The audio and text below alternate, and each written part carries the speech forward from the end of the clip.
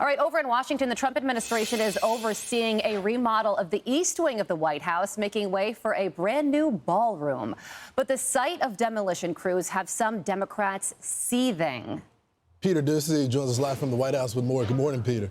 Good morning. Yes, and anytime you see us here outside at the White House, we are coming to you from the west side of campus. Over on the east side, across the lawn, the walls are coming down, and we have some video of this yesterday. Parts of the East Wing have now been demolished to be modernized and to make room for a new privately funded ballroom. A sampling of the Democratic reaction reads like this. Hillary Clinton says, "It's not his house, it's your house, and he's destroying it." Gavin Newsom says, "Ripping apart the White House just like he's ripping apart the Constitution." And Elizabeth Warren says, "Oh, you're trying to say the cost of living is skyrocketing. Donald Trump can't hear you over the sound of bulldozers demolishing a wing of the White House to build a brand new ballroom." And this isn't the first time that the White House has had work done. Go back to 1902. Teddy Roosevelt added the whole West Wing.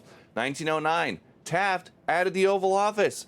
33, FDR installed a swimming pool. 52, Truman gutted the entire inside of the White House and added a bowling alley. And then in 2009, outside, President Obama added a basketball court. President Trump, with this project, has courted wealthy outside donors. So this isn't taxpayer funded, which is why the construction continues during a shutdown. We're putting up our own money with the government is paying for nothing. You probably hear the beautiful sound of construction to the back. You hear that sound? Oh, that's music to my ears. I love that sound. Administration after administration have publicly and privately spoken about the need for a larger event space. So while many presidents have privately dreamt about this, it's President Trump who is actually doing something about it. And something that seems to be lost with all of the discourse about the new ballroom. The Democrats complaining about the new ballroom can use the new ballroom. They just have to win back the White House. Back to you. Yeah, I mean, he doesn't. It's not Donald Trump. He's leaving it behind. Thanks, Peter. It's ours forever. Yeah, so that's what's the first phase of construction. Yeah. People are surprised, but anyone who's done construction, seen a house built, or traveled in a neighborhood, looked out the window of a car when you're driving, you see construction sites before. So, and he's doing it at a good rate, and plus the U.S. taxpayers aren't going to have to pay for it. I am going to watch MSNBC today to see how they react to it, because NBC Universal is owned by Comcast. Comcast is one of the top donors for this as well. So I'm interested to see how their anchors Wow, that'll be interesting. So people hate change. I don't think that's it for this. I think this is Democrats being Democrats and hating anything that Donald Trump does, even if it's a good thing. So the largest room in the White House is the East Room.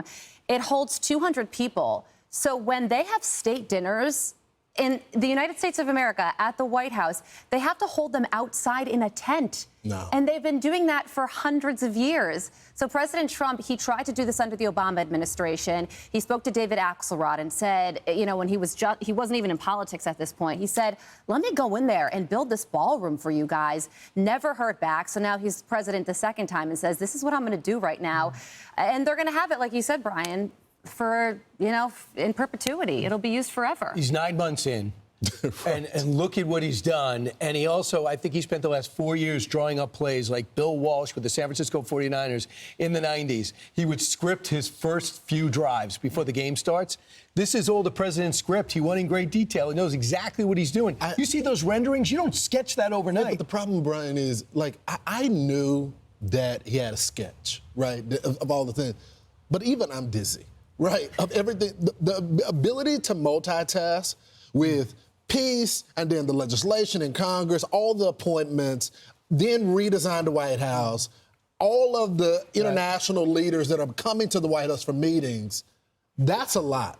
This is, people ask, what do you do for fun? What you're seeing on your screen is what President Trump does for fun. He was like, this sound is music to my ears. And I just remember the LSU coach said, he said to the president, didn't talk politics, he said, "Your work ethic for the country is a great example for my team." Yeah. It is. And that's just it. So you see that he has an agenda, he's doing it, and he's working 7 days a week. So there was some reporting that talks about on Air Force One that he hates when the staff is asleep, and because he wants to talk to them. So he gets up And he wakes them up, and they have to pretend like they weren't asleep because he wants to talk to them. It's just amazing. You go from a president that didn't even talk to his cabinet, where everything was scripted, to a president that's waking his cabinet up. And you can't even have a beer on Air Force One, right? I mean, no one drinks. No drinks. All right. I'm Steve Doocy. I'm Brian Kilmeade. And I'm Ainsley Earhart. And click here to subscribe to the Fox News YouTube page to catch our hottest interviews and most compelling analysis.